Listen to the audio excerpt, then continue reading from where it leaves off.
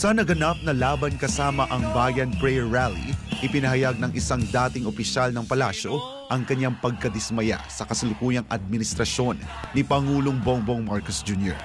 Kaya naman, hirit ni dating Chief Presidential Legal Counsel, Attorney Salvador Panelo, sa taong bayan sa susunod na eleksyon sa 2028.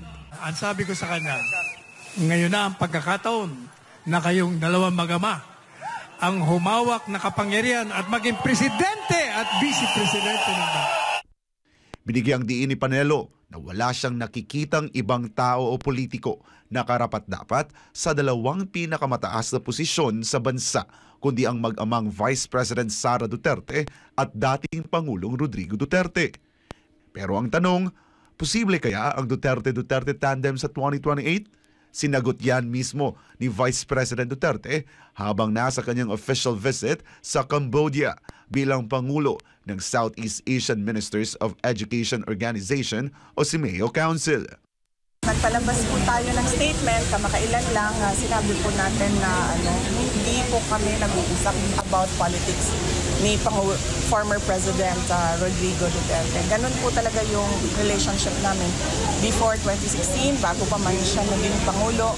Nung naging Pangulo na siya hanggang ngayon, hindi ganyan yung relationship namin ni former President Rodrigo Duterte. Hindi kami nag-uusap ng politika kapag kami ay nagkakasama.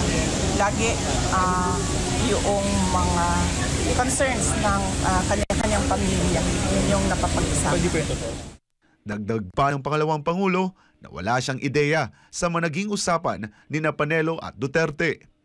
Hindi ko alam kung sila ay merong pag-uusap kasi wala naman ako doon, hindi ko narinig. So, hindi ko alam kung ano ang pag-uusap ni Atty. Panelo at ni former President Duterte.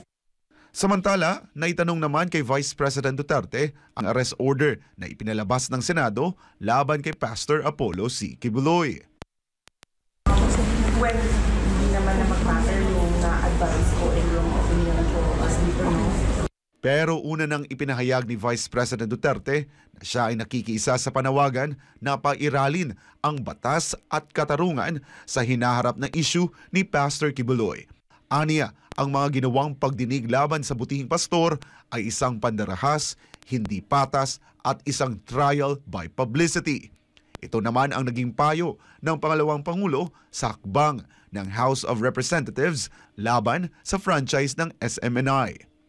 I would suggest sa SMNI is to consult their lawyers kung ano yung mga pwede pang legal options nila with regard to their franchise.